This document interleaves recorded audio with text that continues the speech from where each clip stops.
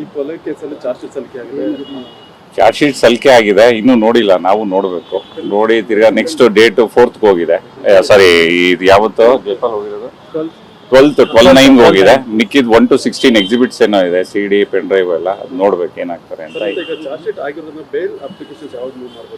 Full charge sheet entire ಅವ್ರು exhibits ಕೊಟ್ಟಾದ್ಮೇಲೆ ನೋಡ್ಬಿಟ್ಟೆ ಮಾಡೋದು ನಾವು. ಸರ್ ಮತ್ತೆ ಈಗ ಏನ್ ಆರೋಪಗಳನ್ನು ಮಾಡಿದ್ರೆ ಮತ್ತೆ ಏನು ಸಾಕ್ಷ್ಯಗಳನ್ನು ಇನ್ನೂ ನೋಡಿಲ್ಲ. ಒಂದು ಚಾರ್ಜ್ ಶೀಟ್ ನೋಡಾದ್ಮೇಲೆ ಹೇಳೋದು, ಅಲ್ಲಿ ತನಕ ನೋಡಿಲ್ಲ ನಾವು. ಇವತ್ತು ನಮಗೆ ಚಾರ್ಜ್ ಶೀಟ್ ಕಾಪಿ ಕೈ ಸೇರಿ. ಹೌದು. ಅದೇ ಇದು CDR CCTV ಇವೆಲ್ಲವೂ ಸೇರಿದೆಯಾ? ಅದು ಯಾವಾಗ ಸೇರುತ್ತೆ? ಅಲ್ಲ, ಅದು 12th ಕೊಡ್ತೀನಿ ಅಂತ ಹೇಳಿದ್ದಾರೆ SPP ಅವರು. 12th ನಮ್ಗೆ ಕೊಡ್ತಾರೆ. ಅಂದ್ರೆ 3 ದಿನದೊಳಗಾಗಿ. ಹೌದು, ವಿತಿನ್ 12th. ಜಾಮೀನು ಅರ್ಜಿ ಯಾವಾಗ ಇಸ್ಕೊಡ್ತೀನಿ? ಅಲ್ಲಿ ನೋಡೋಣ, ಫುಲ್ ಚಾರ್ಜ್ ಶೀಟ್ ಕೊಡ್ಲಿ ಅವರು. ಎಂಟೈರ್ ಚಾರ್ಜ್ ಶೀಟು ಎಕ್ಸಿಬಿಟ್ಸ್ ಏನಿದೆ ಅದನ್ನ ಕೊಟ್ಟಾದ್ಮೇಲೆ ನೆಕ್ಸ್ಟ್ ನೋಡ್ಬಿಟ್ಟು ಮಾಡ್ತೀವಿ. ದರ್ಶನ್ ಜೈಲಿಗೆ ಶಿಫ್ಟಿಂಗ್ ಬಗ್ಗೆ ಏನಾದ್ರು?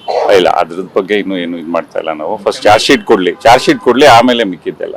ಅಂದ್ರೆ ಈಗ ಬಳ್ಳಾರಿ ಆಗಿರೋದ್ರಿಂದ ಇಲ್ಲಿಂದ ನೀವು ದರ್ಶನ್ ಒಂದ್ ವೇಳೆ ಏನಾದ್ರು ಡಿಸ್ಕಷನ್ ಮಾಡ್ಬೇಕಂದ್ರೂ ಅಷ್ಟು ದೂರ ಹೋಗ್ಬೇಕಾಗುತ್ತೆ. ಅಲ್ಲ, ನೋಡೋಣ, ಚಾರ್ಜ್ ಶೀಟ್ ಕೊಟ್ಟಾದ್ಮೇಲೆ ಡಿಸ್ಕಷನ್ ಮಾಡಕ್ ಹೋಗ್ತೀವಿ. ನೋಡೋಣ, ಚಾರ್ಜ್ ಶೀಟ್ ಕೊಡ್ಲಿ ಫಸ್ಟ್. ನ್ಯೂಸ್ ಫಸ್ಟ್ ನಿರ್ಭೀತಿಯಿಂದ ನಿಮ್ಮ ಪರವಾಗಿ.